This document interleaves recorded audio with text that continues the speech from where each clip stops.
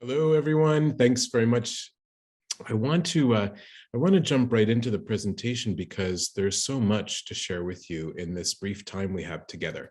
And so I'm going to share my screen. If at any time along the way you have a sense that there's some technical problems or things like that, and I'm not coming through, just let me know, and I'm happy to make adjustments. So at this point, why are we here today? The topic, as you know, is the heart of discerning leadership. And the question that was raised as we were thinking about this topic is our experience of polarization today. It's painful, it's difficult. It's gotten to the point where it's very hard to have conversations around very basic differences that we might hold, differences of value, differences of perspective. And COVID has created the circumstances where now we can avoid uncomfortable situations and really use this pandemic as a kind of excuse not to engage, not to have the encounter that really could be transformative, in fact, if we were able to move forward with it. So I would like to today share with you a presentation and some frameworks and tools that we use in our Discerning Leadership program here in Rome with senior church leaders, and to create a space for us to explore how to continue to grow and evolve in our own capacity, head and heart, to hold complexity, to be in relationship with difference, and to be able to grow through those differences and find generative and creative ways of living with our differences, but in union with one another. A little flow for the day today. I want to begin with some time for an opening contemplation, and we'll also close with a bit of commentary and prayer.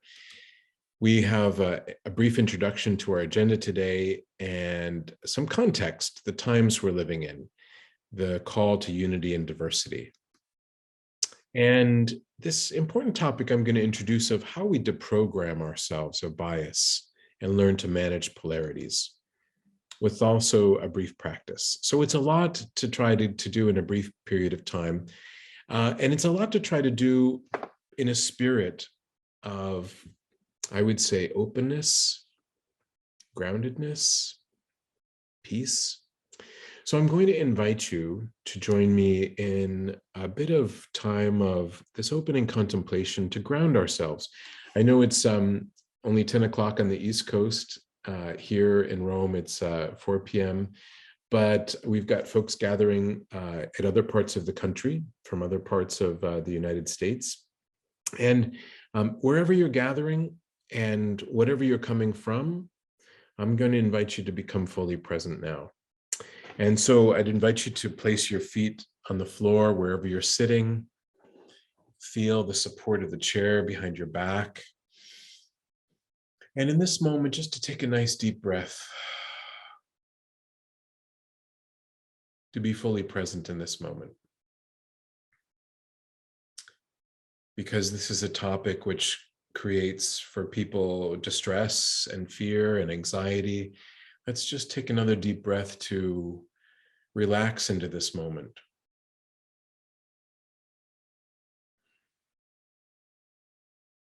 And to let our shoulders kind of lower down from up here where we often keep them when we're distressed, but really let them relax. And take another nice deep breath.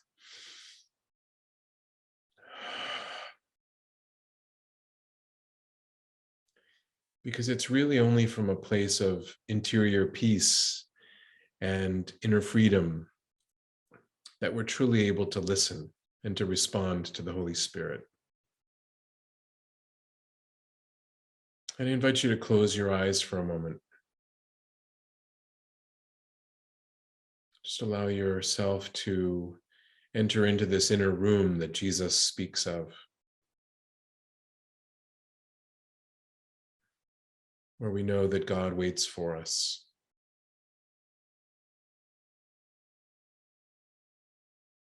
God who dwells with us.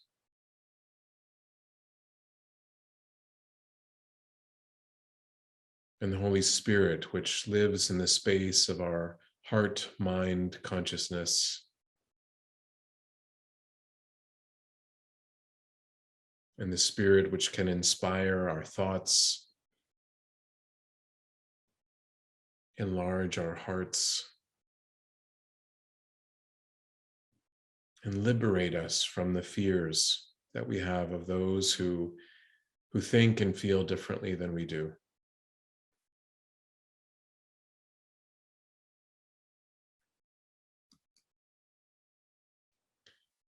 We're reminded in Paul's letter to the Corinthians, in his beautiful reflection on love, that love is patient, love is kind, love is not proud or jealous or rude. It does not seek its own interest.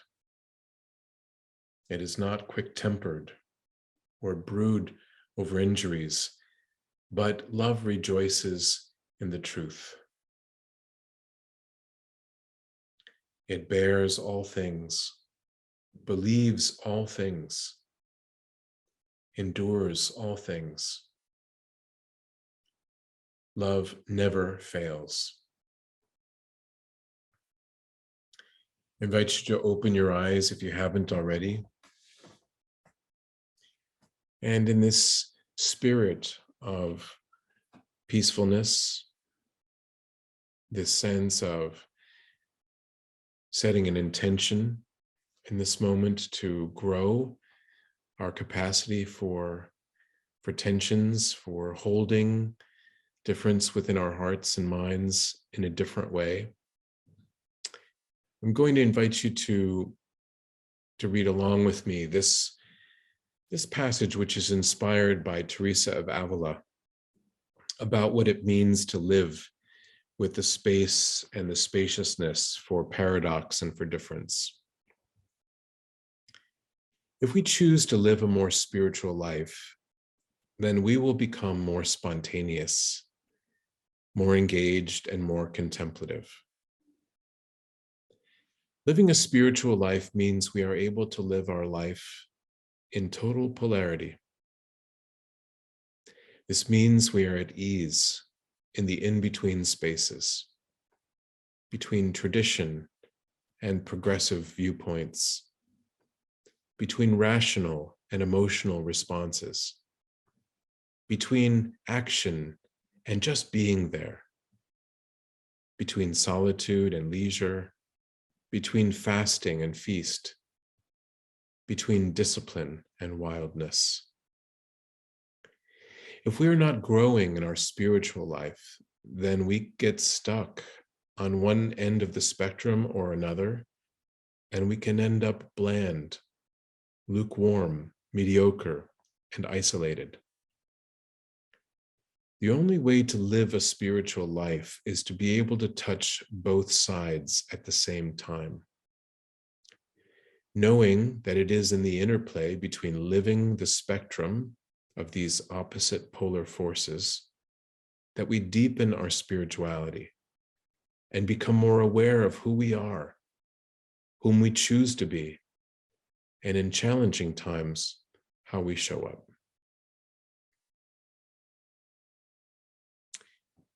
As we gather this morning, we gather with a kind of purpose and intention.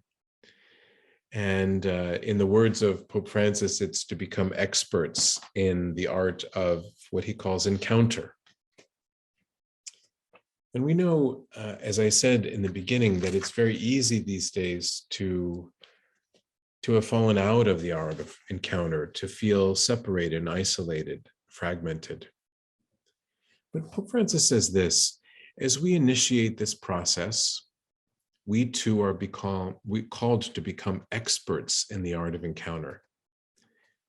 Not so much by organizing events or theorizing about problems, as in taking time to encounter the Lord and one another.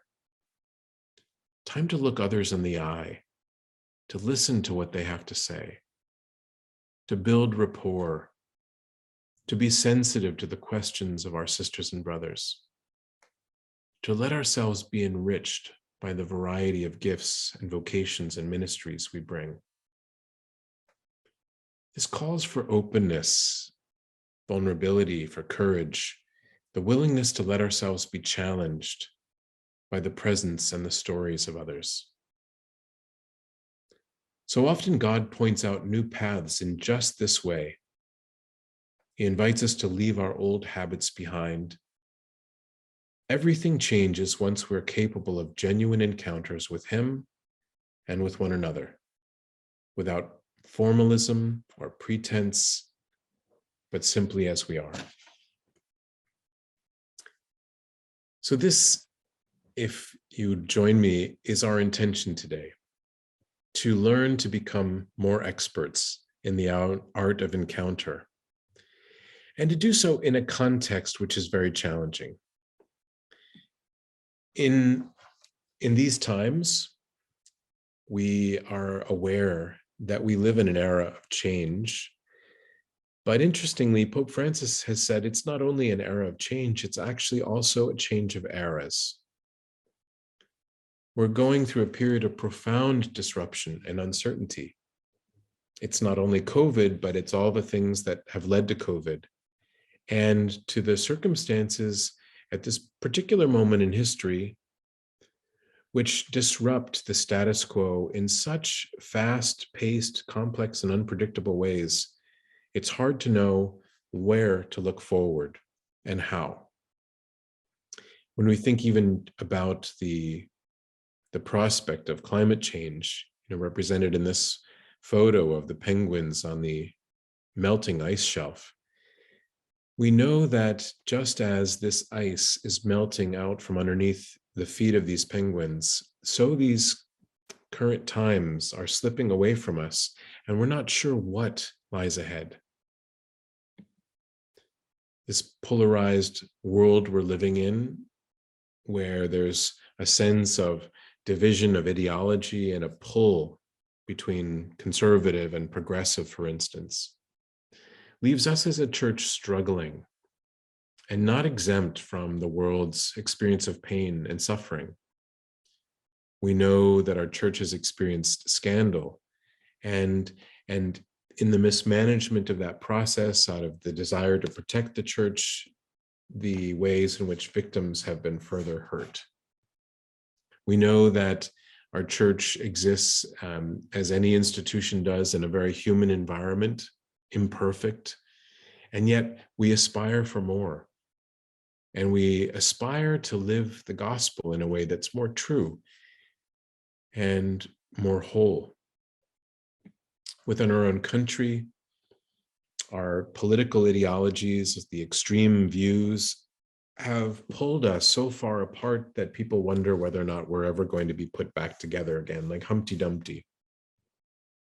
And this challenge of the sort of separation, the fracturing of trust, togetherness, of unity, leaves us uncertain about how we can ever collaborate, come to consensus, reach common solutions for the greater good.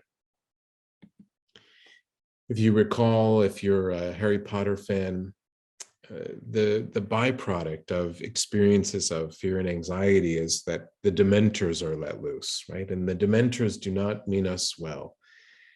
They undermine our faith, our hope, our love. The experiences of anxiety and fear can instigate us to be reactive in our patterns of thinking and of feeling and of action toward one another. Ignatius of Loyola called this condition of the Dementors desolation, and he cautioned us against doing anything radical, making any choices out of a period of desolation because of this. However, God's grace finds us even in the midst of dark places. This window is actually recreated from the shards of glass that were bombed actually out of a church in Northern Ireland and then reconstructed to form this beautiful pattern.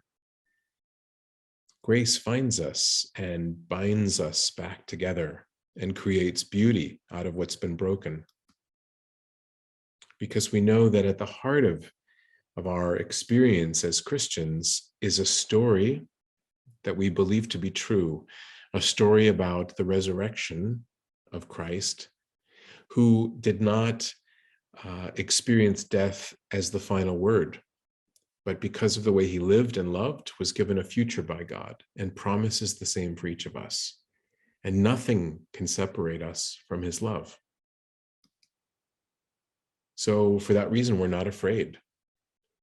We're in fact hopeful in the face of the Paschal mysteries that we face, that we can move forward, always called to change ourselves, metanoia, to this changing of our mind heart, as Paul described it.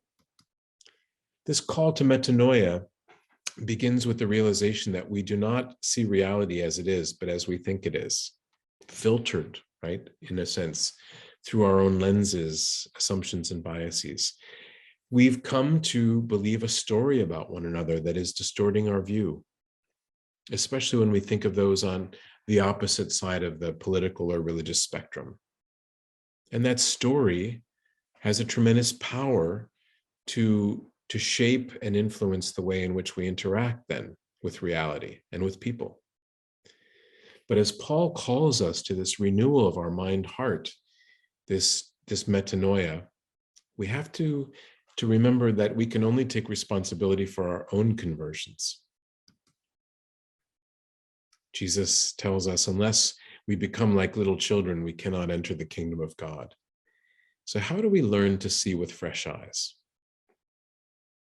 So with that as a bit of introduction, I want to introduce you to a couple of tools that we find very helpful in the leadership development work we do, to help, in a sense, see, again, to take perspective on the ways in which our own mental models and the ways in which our biases and previous experiences have in many ways determined our view and, in a sense, filtered our experience of reality in ways that may actually not be so helpful.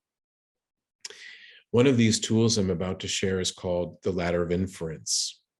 And it's a tool that's taken from an education specialist from Harvard University by the name of Chris Argyris.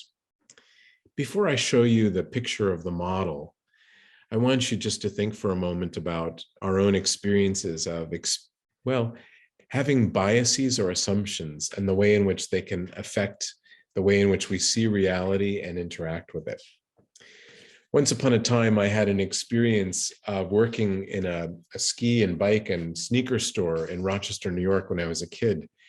And I had this assumption that the system for organizing the shoe boxes in the storage area was really not really a system at all.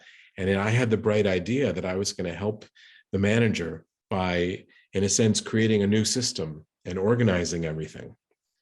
I assumed, right, that I was being helpful. And after 3 or 4 hours of work, organizing hundreds and hundreds of boxes into a new system, he walked in horrified that I had tampered with the system that he and everybody else knew very well. And I realized in that moment that making assumptions and acting on them could be pretty unhelpful. So this model I'm about to share with you is about paying attention to the data and learning to see how our assumptions and biases become stories, how the stories become predictive of behaviors and actions. This model, which begins with this pool of available data at the bottom, I'm going to share with you a video in a moment that'll illustrate this. But imagine, for instance, if you were just simply to take a snapshot or a video of what's going on without any kind of narration or interpretation, you'd have a picture of the data, right, of something unfolding. But the reality is our own brains, because of previous experience and the function of bias, start to select some data that we're going to pay attention to and others that we're going to ignore. We're going to form assumptions on the basis of that data, and on the basis of those assumptions, certain conclusions. And those conclusions become beliefs that then lead to action. All of this happens in just microseconds. And what it does is it creates this reflexive loop that, in fact, we start to predict exactly what kind of experience we're going to have, and the experience we have reinforces our beliefs. This is the ladder of inference. I'm going to stop sharing my screen for a moment here and actually go to the video. And before I do, I'm just going to check one thing here. Okay, so I'm going to go to the video now.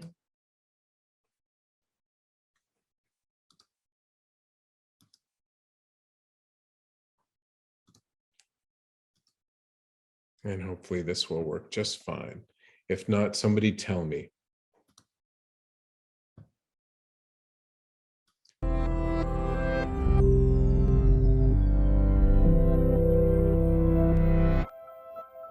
Imagine a microscopic-sized ladder contained in the part of our brain that will label our subconscious. The ladder of inference, which was first proposed by Harvard professor Chris Argyris, is the basis of this model. Every time we interact with someone, that experience enters the ladder at the bottom. That same experience zips up the ladder in the blink of an eye, exiting at the top. This process happens thousands of times a day without us knowing it. Let's focus on what happens on each rung of the ladder. On the first rung, we have the raw data and observations of our experience. This is very similar to what someone watching a video recording of our experience would see. Moving up to the second rung, we filter in specific information and details from our experience. We unknowingly filter based on our preferences, tendencies, and many other aspects that we believe are important. Onto the third rung, we assign meaning to the information we have filtered through. This is where we start to interpret what our information is telling us. On the fourth rung, a very crucial thing happens. We develop assumptions based on the meaning we created on the previous rung, and we start to blur the distinction between what is fact and what is story. On the fifth rung, we develop conclusions based on our assumptions. This is also where our emotional reactions are created. On the sixth rung, we adjust our beliefs about the world around us, including the person or people involved in our experience of the moment. On the seventh and final rung, we take action based on our adjusted beliefs. Still with me? Great! Let's take a real-life example and run it up the ladder to see how this all works. Have you ever been cut off in a parking lot, signal light on, as you steer toward your coveted spot only to slam on your brakes at the last minute as someone pulls in front of you and steals your spot away? Imagine that experience and notice all of the data and observations landing on the first rung of your ladder. Now let's watch what we pay attention to on the second rung.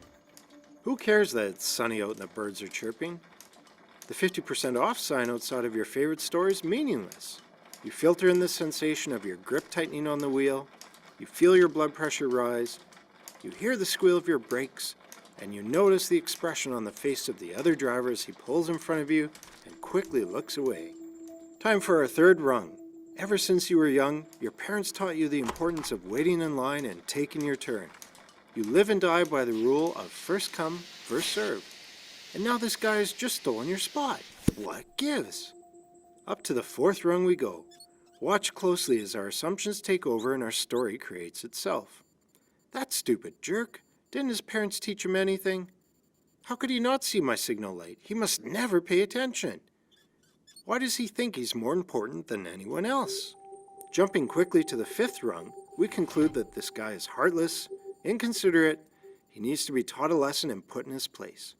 We feel angry, frustrated, vindictive, justified. On our sixth rung, we adjust our beliefs based on the experience. That's the last time I give in. Next time someone tries to cut me off, tires will be smoking on the pavement as I squeal past them into my spot. And finally, our last rung, we take action. We back up, pull up behind his car, honk our horn, and roll down our window to scream a few choice words his way. Now, imagine, he walks over quickly, apologizing. His wife, who is almost due with their first baby, called him from inside the mall to say she is in labor and needs to get to the hospital immediately. We are momentarily shocked, apologize profusely, and wish him luck as he rushes toward the entrance. What just happened here? What changed? Why is this so significant? In our parking lot example, our beliefs were short-circuited by the ladder of the other individual. My wife is in labor. I need to get there quick. There's a parking spot. Phew! Oh, geez, I cut someone off. I better apologize quickly so they don't think I'm a jerk. But what if we were able to short-circuit our ladders ourselves? Proactively, by choice. Guess what? We can. Let's return to our unique human function of free will. Next time you notice yourself reacting to your experience, pay focused attention to your ladder. Ask yourself what beliefs are at play. Where did they come from? What data and observations did you filter in as a result of your beliefs? And why? Are your assumptions valid and supported by facts? Would a different set of assumptions create different feelings and result in new and better conclusions and actions? We all have our own unique ladder. Be mindful of yours and help others to see theirs.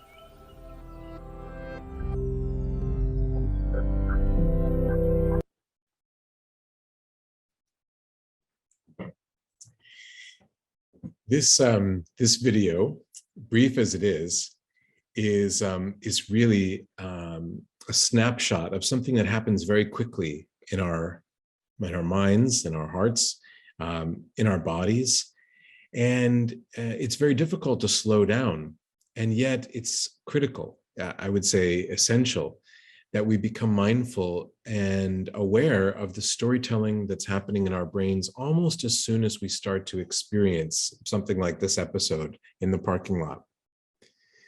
The things that I'm sharing with you today are really just introductions, and I hope that you'll follow up with some more study or some practice of them. But this whole idea of the ladder of inference provides an insight really into the complexity too of this interaction between our experience, the direct experience we have, that of the assumptions that we form, the storytelling that happens, and then the ways in which we start to see and frame the other person, looking for behaviors that reinforce, in fact, what we expected to see in the first place. I'll just give you another example. Recently, over the last few months here in Rome, I live with a Jesuit I've known for years and years and years. And over the last several months, it's been pretty clear that we've had a little distance between us. It's a personal relationship that I value so much. And so I took several steps to reach out. And each time I was put off for a variety of reasons. And I began to think, well, I must have done something wrong. I must have done something that's upset him. And 3 months went by believing this, and then seeing all of his behaviors as reinforcing the sense that maybe I did something wrong. I started to feel guilty. And it wasn't until we finally had a chance to get together and have a long conversation that I realized it wasn't about me at all. I don't know if you've had similar experiences. Those of you who are actually going through this webinar right now, if anyone wants to just write in the chat for a moment to confirm that I'm not alone in this experience, please feel free. But this interaction between these assumptions and stories we tell ourselves and the ways in which we interact with others, it happens every day. It happens from moment to moment, hour to hour. As we form impressions of others and we look for some behaviors that reinforce our beliefs and completely ignore others, we know that, in fact, we're going to start creating interactions that have a life of their own. And in fact, might actually be so counterproductive for our relationships. I'm going to go back to this presentation for a moment and just give you a little bit of a kind of conclusion on that particular question of the ladder of inference. So let me go back to sharing the screen.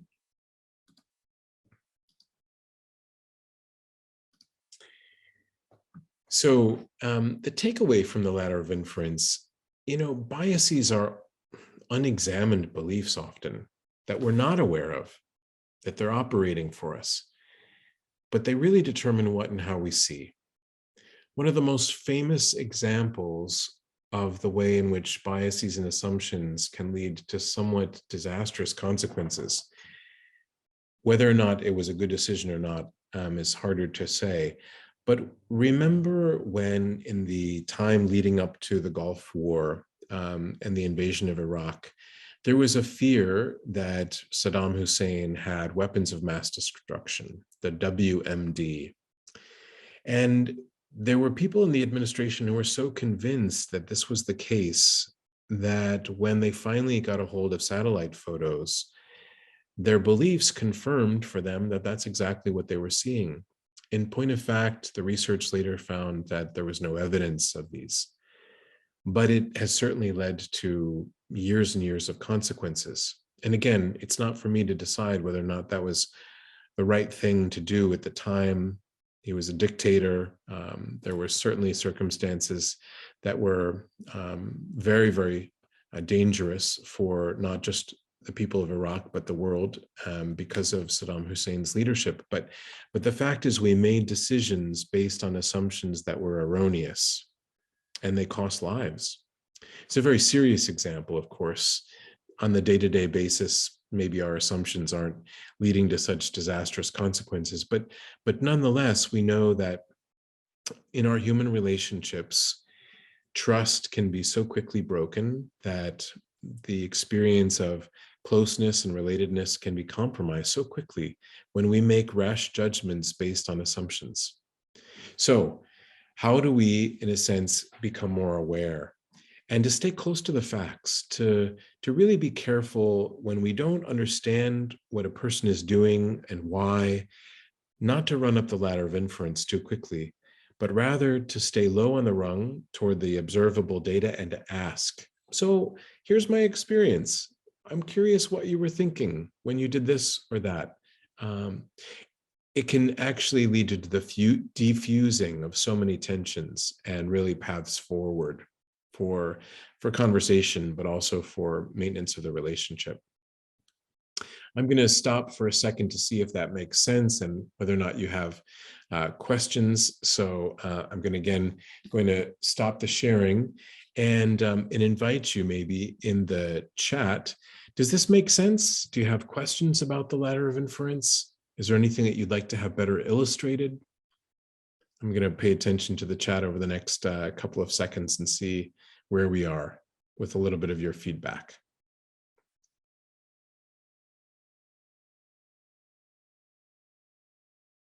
How about a little sign? Does it make sense?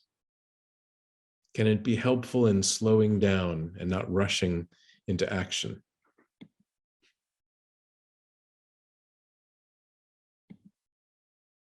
Okay. Yeah, no kidding. About wondering if someone was trying to do us harm, right? Because we see behaviors that confuse us. Yeah. Okay. What are facts? What are stories? Good question, Dennis. All right. So thanks for giving a little bit of a sense of what's resonating for you. And Mark, you're so right. We often feel rushed into action. And sometimes the rush comes from within ourselves. That's what we have to learn to somehow work to pause and be careful about. Yeah, groupthink. So it happens not only at the individual, but also at the group level. It's important to look at something from the other person's point of view to better understand. And in order to see through the other person's point of view, we usually have to ask them. We have to enter into the encounter. Okay, so I'm going to go back to the screen sharing for a moment, and we'll continue on with this presentation. So next, I'd like to share with you another deprogramming tool. And this one is very powerful.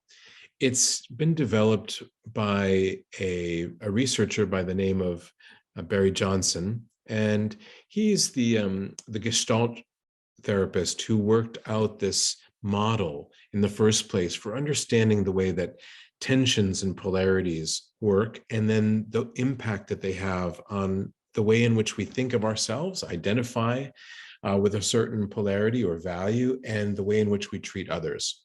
And it's been built upon by friends of mine, Brian Emerson and Kelly Lewis. So what do we mean? What is a polarity? Well, a polarity is a pair of values that seem to contradict one another, yet over time, they need one another. So just as an example, right, many of us, especially those of us in the IVC, are people of action. We want to make a difference. We want to help.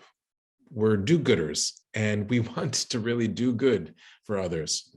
But we know that unless we reflect, that many of the actions we take are going to be counterproductive in the long term. In fact, they could even create dependencies that will really undermine the dignity or the agency of the person we're trying to help. We have a natural polarity between the rights of individuals and the good of community. How do we, in a sense, reconcile that tension? Is it a problem, or is it a polarity? A problem would suggest that it's got to be solved. It's one or the other, the individual rights or the community good. But a polarity says no. Over time, we know that the rights of individuals and the good of community have to be held in common. As Sister Teresa of Avila was suggesting, it's a paradox, it seems, but it's a paradox that has to be maintained. The same thing as we're thinking in terms of how many things we do and how well we do them, or the value for freedom and the concern about responsibility.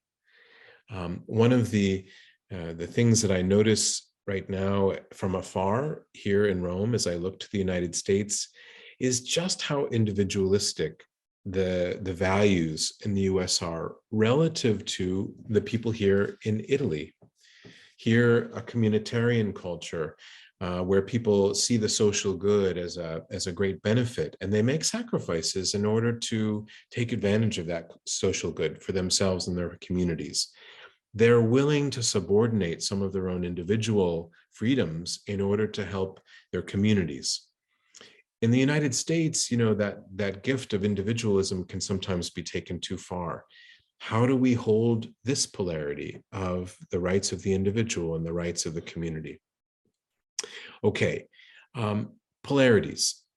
We're going to have another video to explain them a little bit further, but I'm going to suggest in this next slide that when we're not handling the paradoxes and polarities well, when we approach them with an either-or way of thinking, as if they're problems to be solved rather than polarities to be maintained, we run into real problems.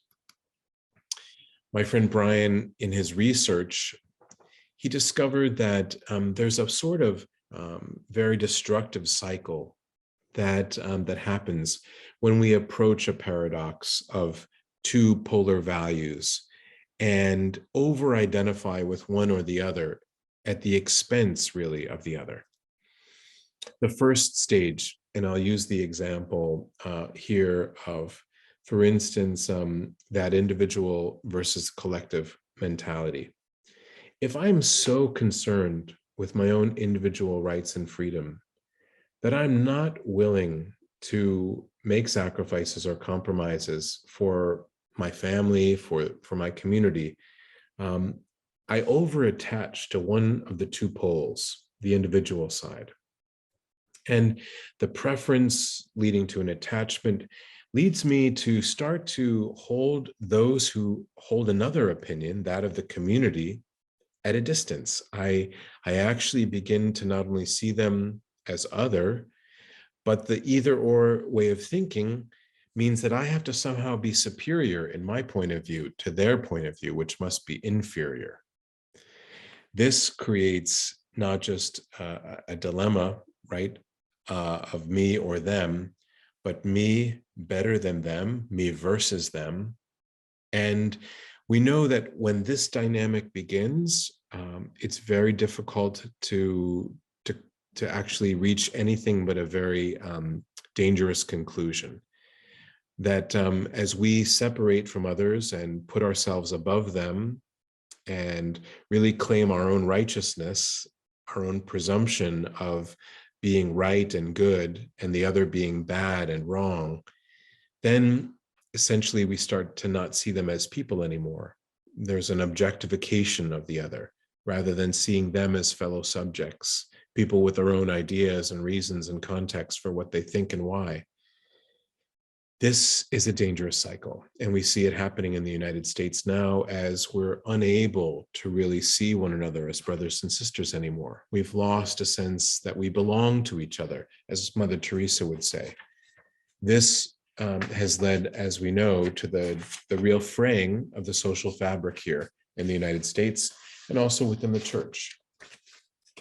So polarity management becomes a framework.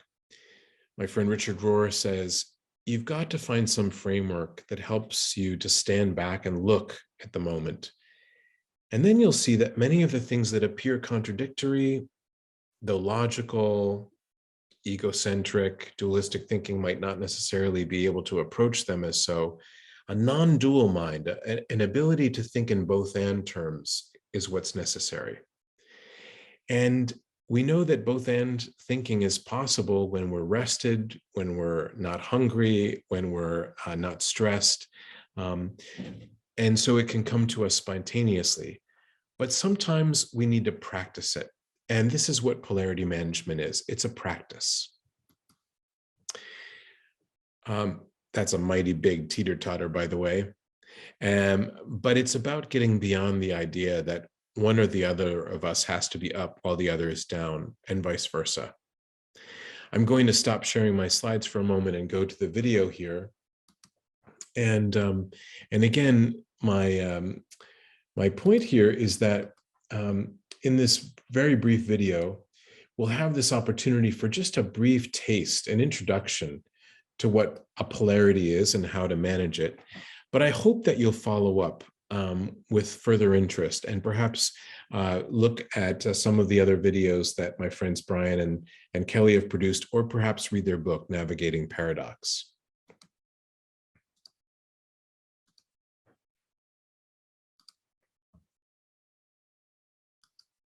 Polarities: work, rest, direct, empower, big picture, details.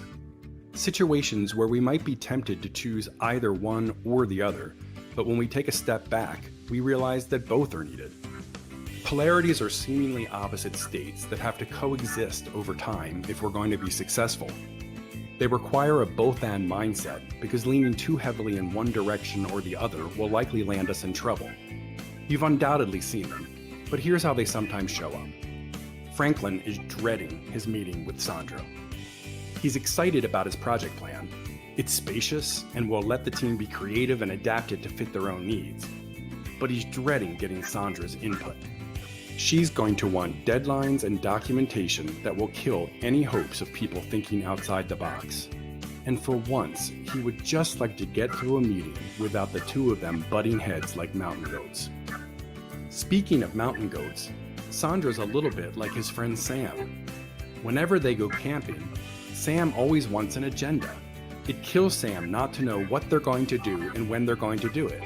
To Franklin, the schedule feels like work, so he's always pushing back. Why can't we just go with the flow and see what we get into?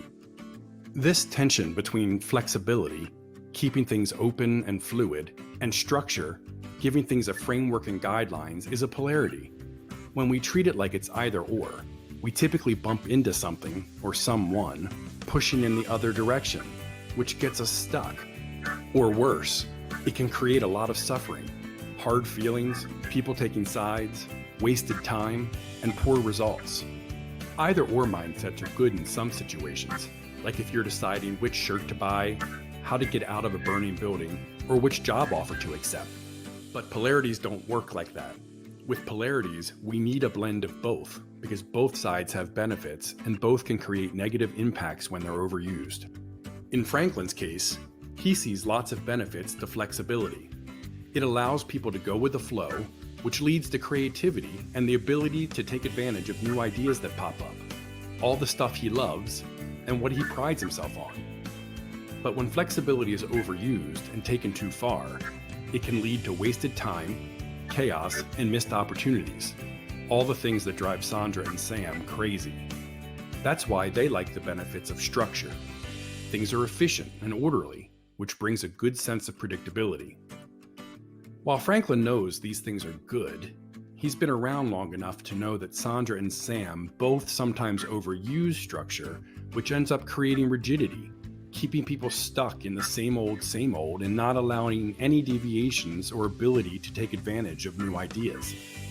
While it's easy to get stuck and just see a polarity from either one perspective or the other, what we know is that when leaders and organizations can step back and use a both-and mindset to see a different perspective, a third way that blends the best of both poles, they outperform and do better than those who use only an either-or way of seeing. Thinking of it this way, Franklin tweaked the project plan to be more flexibly structured, like the bendy poles of Sam's tent on their camping trips. He added some deadlines for the key deliverables, but not to everything, and added some guardrails that would keep the team moving in the right direction without losing the freedom to be creative. It felt a bit outside his comfort zone, but he was pretty sure that stepping into the vulnerability of doing it differently would be worth it. And Sandra agreed. Polarities are everywhere, in our families, organizations, schools, healthcare systems, in our communities, everywhere. Learning to navigate them reduces suffering, creates superior, more sustainable results, and makes for a better world. To learn more, check out Navigating Polarities by Brian Emerson and Kelly Lewis, and their online course at andiron.com. Learn about the Key Polarity Indicator, a sense maker that shows how well you're navigating 6 key polarities and helps develop a both-and mindset at keypolarityindicator.com, and read And by Barry Johnson. Regardless, good luck building a both-and mindset to supplement your either-or.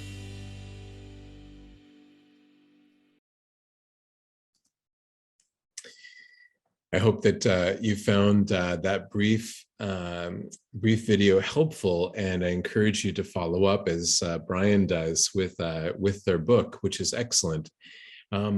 As this example makes clear, the way in which we relate to and manage these polarities has such an impact, not just in our personal lives, which are obviously where home is and where friendships are and where community and church are, but also in our work lives and certainly in our social and public life, our political life.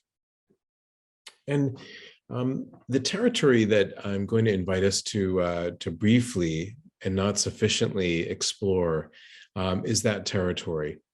I'm going to return back to the PowerPoint for a second, and I'm going to just give you the framework that's used for navigating polarities so that you have a better idea of it. And here's where we're going to go next. So navigating polarities involves several steps. First of all, we have to understand, is it a problem? Is it a polarity? Is it something that requires the either-or mindset, like, what we're going to wear a given day? Of course, you can wear 2 different color socks, as I sometimes end up doing. My room's a little dark, so sometimes the blue and the black get mixed up together. But often, the issues that we face are not problems, and an either-or mindset doesn't work. So this both-and way of thinking is necessary. There's a map, which I'll share with you and which you saw shared on the video briefly, which shows how each polarity actually has benefits, the top sides of the graph. And at the bottom actually are the overuses. So when each of those polarities is overexploited. And by the way, for my friends in Australia and South America, this whole top-down thing can also be a little biased. I understand that it's not always so flattering to be thought of as holding the bottoms of things. If the Earth were seen from space, it would be a lot more complicated than that. But in any case, exploring then the middle way, which is not about compromises, but as Brian was explaining in the video, it's about finding a pathway that optimizes the benefits of both of the upsides and really is careful about not falling into the overuse. This is what Richard Rohr, again, calls the third way. And it requires a certain amount of willingness to be vulnerable, because if we've over-identified with a certain polarity, for instance, conservative thinking versus liberal thinking, if we've over-identified with that, it's going to feel a little vulnerable to try to make space to accommodate the benefits of the other polarity. And then action follows, strategies and the ways in which we, in a sense, employ these polarities. For instance, in the video, the way that Franklin and Sam arrange their vacations, right? They'll figure out a different path. This third way leads to the ways in which we design actions and then implement them. And then the key thing is, as they say here, to monitor, to watch and adjust, to see that we're actually being effective in the way that we're using these polarities. Here is the map, as you may have seen on the video. So where we would begin is really to think about naming the two polarities here in the middle. I'm going to suggest that on the left-hand side, for instance, we use the conservative mindset, on the right, the liberal mindset. And we'll think about what are the upsides from each of these, the benefits, right, when we're thinking and operating from these mindsets. And then what it looks like when we're in the overuses, right? One of the things that happens when we over-identify with one polarity at the expense of the other is we start to only see the downsides of the other polarity, which makes us naturally a little hesitant to embrace it. Okay, I'm going to stop this sharing right now because we're going to practice this deprogramming exercise very briefly using the navigator. And again, it's just a first try at this somewhat complicated, but nonetheless really powerful practice. I'm going to share with you a slide that I'm going to be able to write in on at this moment. And I'm going to invite you to help me. So this is the navigator. And what I'm going to invite you to do is to follow along with me as I share here. This is the conservative mindset. And here is the liberal mindset. You can think of it in terms of politics or church. And in either case, what I'm going to ask you to do is, first of all, in the chat, share with us what are some of the upsides that you see to a conservative mindset? What are some of the values that you can see associated with a conservative mindset? So I invite you to use the chat function and just start putting in some of those things. What are some of the values you see? Okay.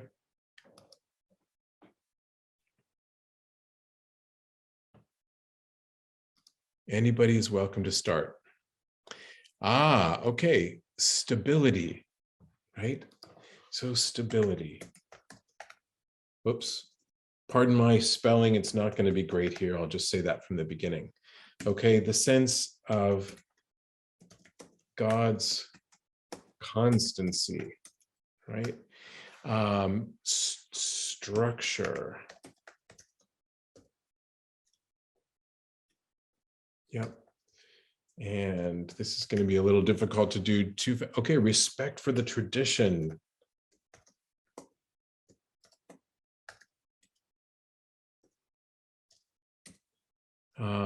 It's a focus on what is known and predictable. All right. A sense of security. You're good at this, folks. Laura, you've got some, okay, what is proven?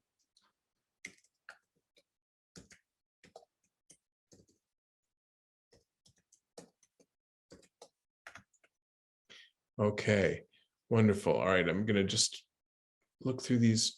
Tradition. Yep, we got that one. Okay. Keep the best moving forward. That's great.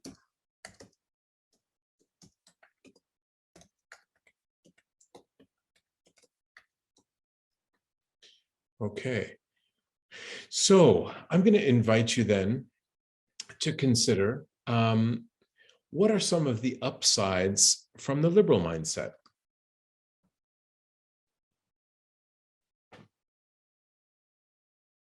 What are some of the upsides of the opposite, the liberal mindset? Okay, so openness to, to new ideas.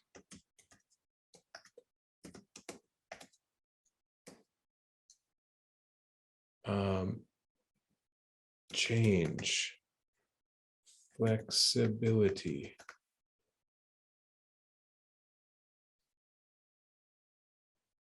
acceptance of the diversity,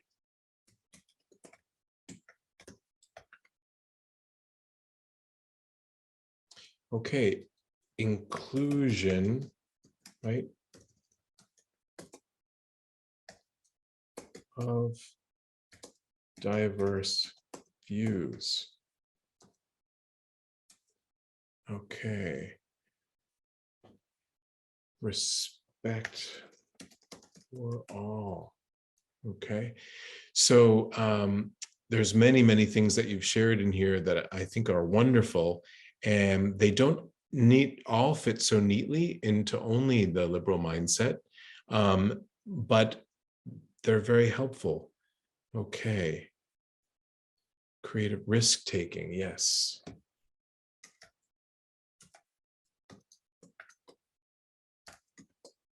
Okay. And I'd invite you then to consider down here, what are some of the overuses of the conservative mindset? What happens if we're over leveraging, in a sense, the conservative mindset?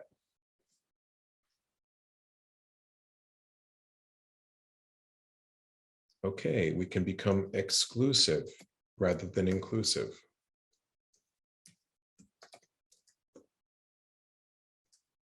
Oh, I really wish that I had been better in my typing class. Closed-minded. Well, actually, judgmental is something that we can all fall into either way. That's one of the traps, right? Let's see here. Fear of change.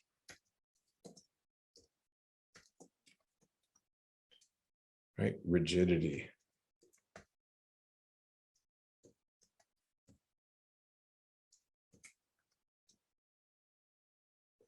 Inability to listen to diverse others. Yeah, pride is pretty universal, unfortunately. Rejection of what doesn't fit. Okay.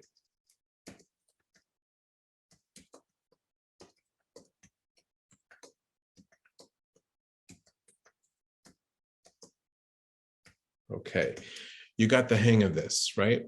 There's so many interesting ones that you've put in here, and I think they're really helpful. Yeah, this is really key here.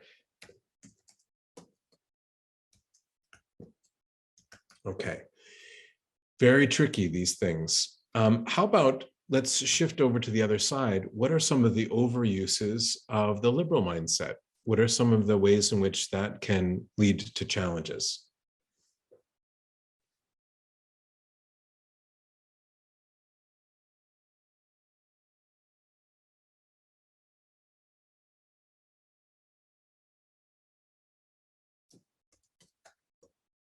Okay, so a reckless sense of change for the sake of change. Diluted moral sense. And this is often a question of relativistic moral thinking, loss of clear identity.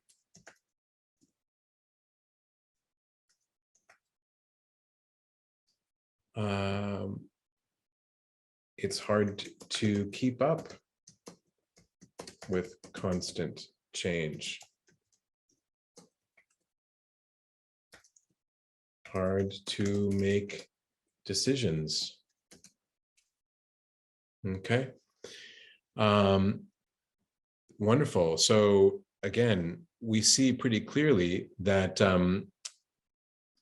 there's a way in which both of these poles has its upsides and downsides.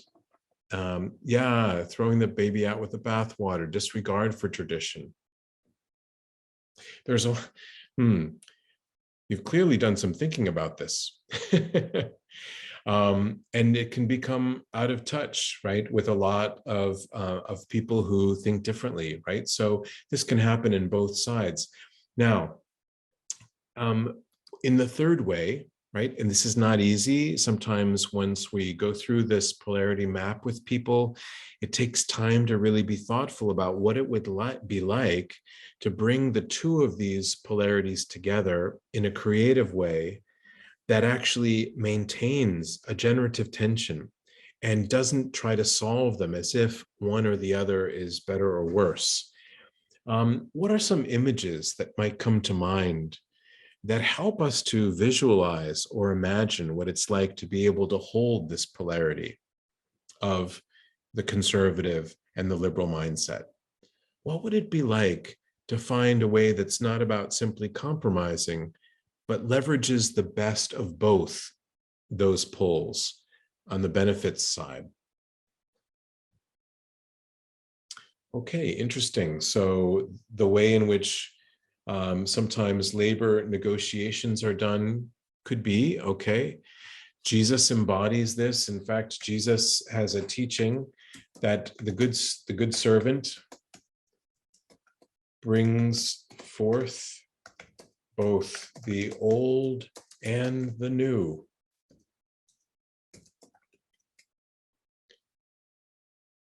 Trusting the spirit in action in our world today, focus on common problems.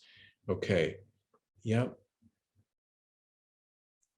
Listening. Yep. That sense that God's love is universal and inclusive. Yeah, kind of respect. Now, it's not easy to arrive at this third way, because often we anticipate that there's going to be some loss along the way.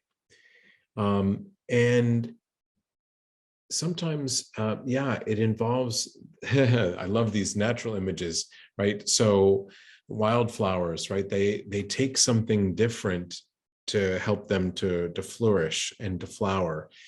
And perhaps we might think of the image of a bridge anchored on both sides.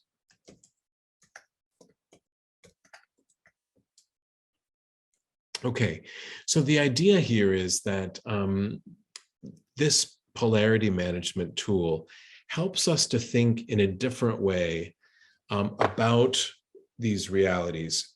It unpacks in a little sense, in a bit, how in fact our fears can get a hold of us when we start to focus only on the downsides of the opposite pole, and we start to look at others as holding those downsides as a matter of identity. This can be very problematic if we're going to try to live in community with one another.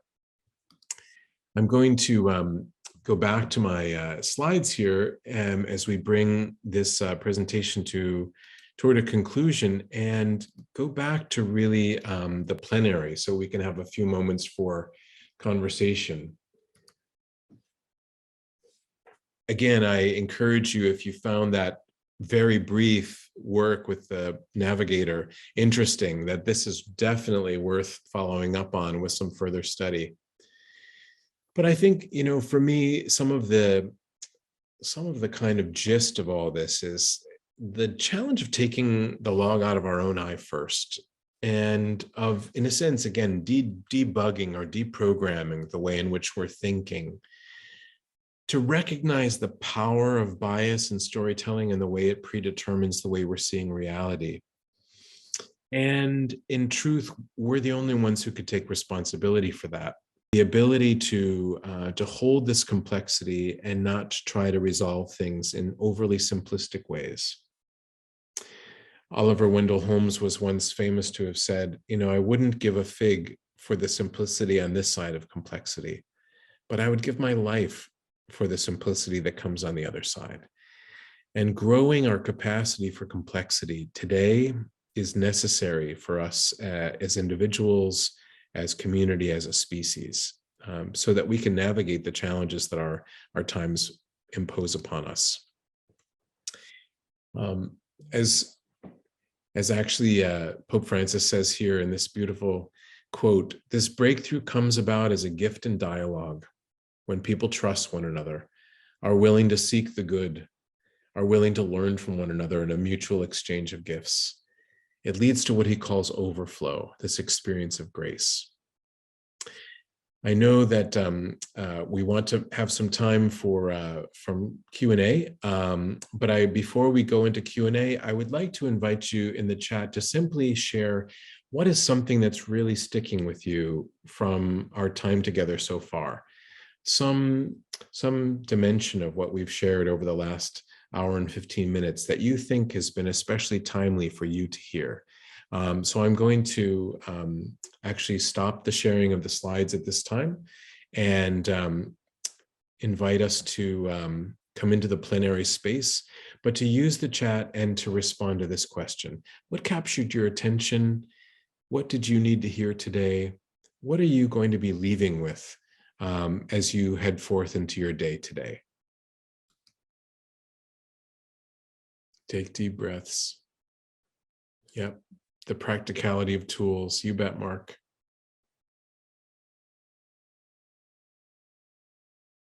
The divine holds the poles. Yep. The hard work of vulnerability can be done in company of others. Pause often.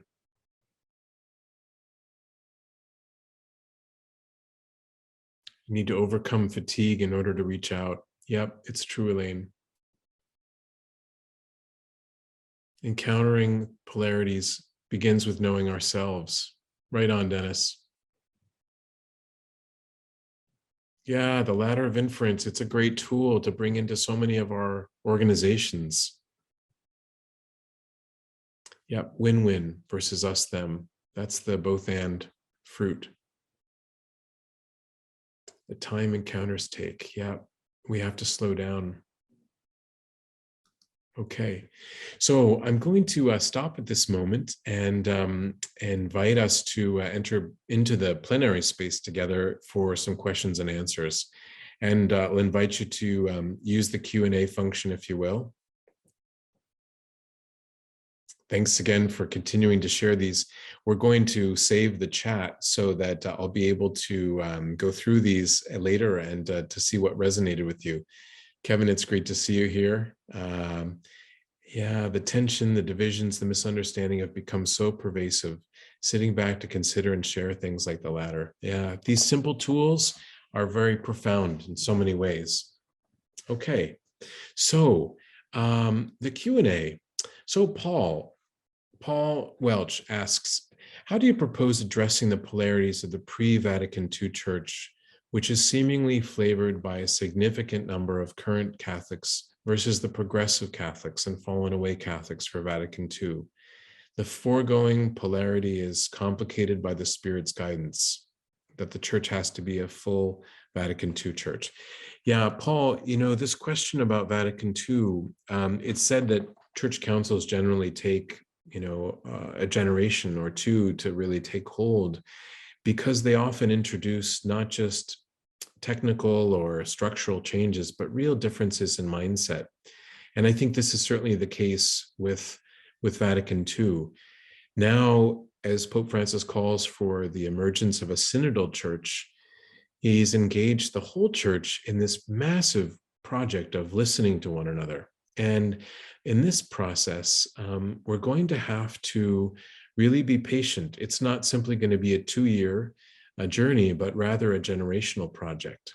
So please be patient. And I think that for those who feel fixed in their mindsets that one way is better than the other, we're going to have to be patient and compassionate with them, but look for the common ground where we know that at the local level in our communities, prayer spaces, places where we experience the unity and the familiarity and friendship of true pastoral community. This is where the church is most alive, and it's in the service of the poor together, both conservative and liberal, post and pre-Vatican II, that the real traction of the gospel is enacted. So I would say that. Ginny, the question of vaccination, it's such an interesting one. Here in Europe, it's not nearly the same issue as it's been there. And because of the way in which the political polarities have been exacerbated by the extremes and then by the media, it's very difficult to penetrate through the echo chamber that people are in.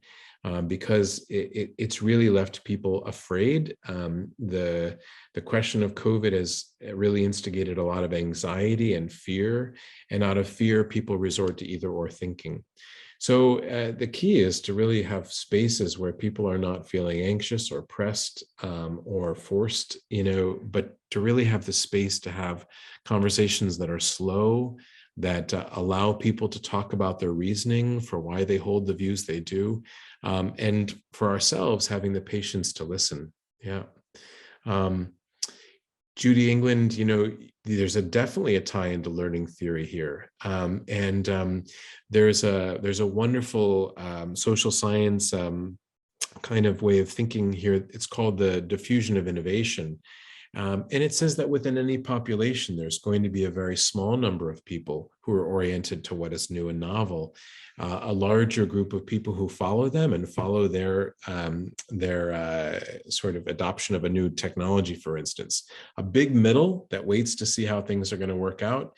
And then there's a trailing end that is almost always resistant to change, innovation, and is basically beyond our capacity to shift or change. So it's not where we should really focus our energy. It's not that we can't have compassion for them, but we certainly need to be able to move forward and move on. Let's see here. I've got a couple of other comments here. How do we, when basic facts are not even understood and appreciated, that we've lost the ability to stay with the data itself and call facts into question. This is a dangerous sort of state for us and for our society to be in. So for all the contention around education and all the concern around ideology as it plays out in education, the key is that we can't back away from scientific thinking. We can't back away from the humanities. We have to bring both of these into a productive and fruitful dialogue with one another again. The sciences as a way of knowing based on empirical data, and the humanities, the way of making meaning and sense and value, the quantitative and the qualitative ways of thinking. This is an essential polarity that also must be held in common and used for fruitful and generative effect in our conversations. Finally, I think maybe just one or two more of these points. Jerry, a member of my former community there at Lemoyne, how can we courageously speak the truth with love and live out the prophetic voice in the spirit of Pedro Rupe, one of the previous superiors general of the Jesuits? Sometimes we need to accept that what we say will be rejected. Very true. Jesus himself had a heavy dose of rejection. We see it lived out during Holy Week in a really poignant and dramatic way. But it required a certain vulnerability and courage Jesus had to nonetheless continue to speak what he knew to be true. And we are faced with the same question, to have the courage to speak in a loving way the truth that we know to be true. There's a difference between that truth and our opinions, our biases, our agendas. The truth that we know to be true is the one that's going to be the best for everyone. It's the one that is going to be most reflective of God's will in the world. And it has to be rooted not in fear, but in a deep inner freedom.